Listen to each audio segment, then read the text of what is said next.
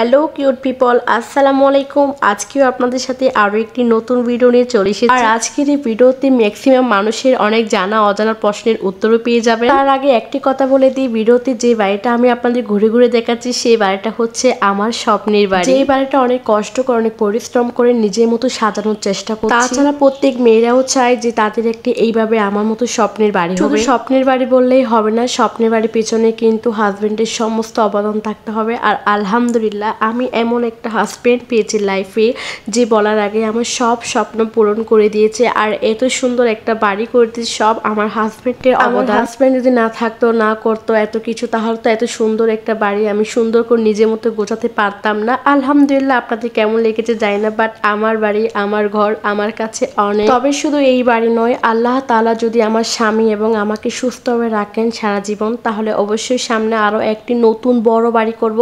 এই বাড়ি নয়, এই বাড়ি থেকে আরো অনেক অনেক বাড়ি করব, আরো অনেক বড় স্বপ্নের একটি বাড়ি করব।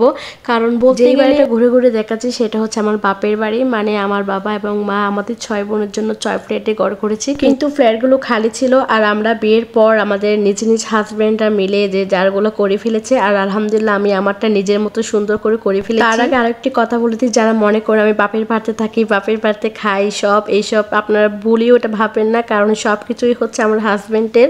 আমি নিচতলায় আমার ফ্ল্যাটেই থাকি, আমার খাওয়া দাওয়া সব খরচ আমার হাজবেন্ডই দেয়। জাস্ট আমি মায়ের কাছেই থাকি, এটাই বলতে গেলে। আমি আমার ফ্ল্যাটের নিচতলায় এই বাড়িটায় এই বাসায় থাকি। তো অযথা কেউ ভুলেও ভাববেন না যে আমি আমার মায়েরই খাই, আমি শ্বশুর বাড়িতে থাকি না, এমন তেমন হ্যান ত্যান কিচ্ছুই মনে করবেন না। আর আমার এই বাড়ির পাশে কিন্তু আমার শ্বশুর বাড়ি।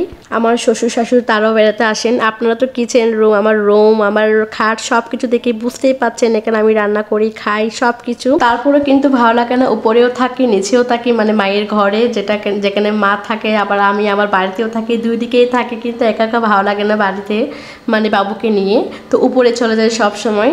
তার জন্য আপনারা সব সময় আমার বোন এবং মা আমাকে সবাইকে মানে একসাথে দেখতে পারেন। বিয়ে হয়েছে পটিয়াও কিন্তু আমার পাকা দালান, একদম শ্বশুর বাড়ি। আর পাশে আমার শ্বশুর এখানে ব্যাংকার জব করে বলে তো দূর থেকে আসতে পারে না বলে আগের ভিডিওতে বলেছি। আমার পাশে 10 টাকার গাড়ি ভাড়া কিন্তু আমার শ্বশুর শাশুড়ি ভাড়া নিয়ে থাকেন। ওইখানেও একটা বাড়ি আছে, আবার এখানে বাপের বাড়িতে আরেকটা বাড়ি করে রেখেছে আলহামদুলিল্লাহ। আর আপনাদের দোয়ায় কিন্তু সামনে শহরে একটা ফ্ল্যাট নিব, তার জন্য সবাই আপনারা আমার হাজব্যান্ড এবং আমার শ্বশুর শাশুড়ি সবার জন্য দোয়া করবেন। তো আজকের এই ভিডিওটি ক্লিয়ারলি আপনাদের দেখিয়ে দিলাম। আমি কিন্তু বাপের বাড়িতে আমার মায়ের বাপের খাই না, আমি কিন্তু নিজেরই খাই, নিজের হাজব্যান্ডেরই খাই। সমস্ত খরচ কিন্তু আমার হাজব্যান্ডেরই। তো এখানেই শেষ।